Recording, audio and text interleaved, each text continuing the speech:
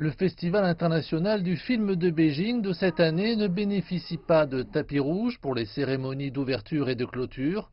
De plus, certaines cérémonies de remise de prix ont été annulées pour des raisons de sécurité en raison de la pandémie.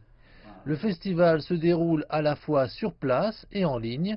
Pas moins de 100 films seront projetés en salle et en extérieur. Le public ainsi que les participants se joignent au marché du film et aux séminaires de discussion sur Internet.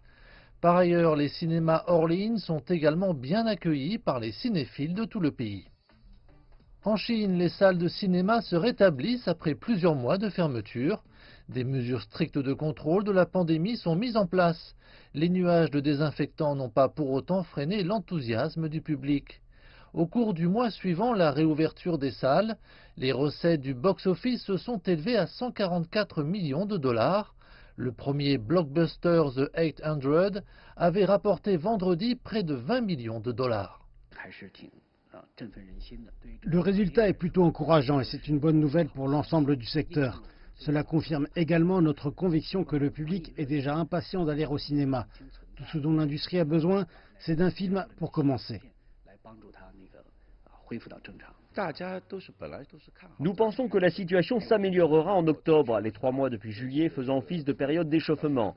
Mais The 800 est sorti en avance, accélérant cet échauffement. Nous pensons donc qu'en octobre, il y aura un autre pic qui ramènera peut-être le secteur au niveau moyen avant la pandémie.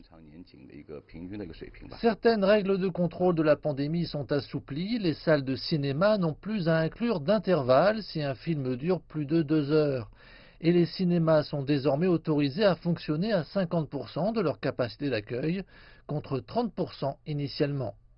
Alors que les cinémas s'efforcent de récupérer leur public, les plateformes en ligne ont déjà ouvert une autre chaîne permettant aux gens de regarder des films.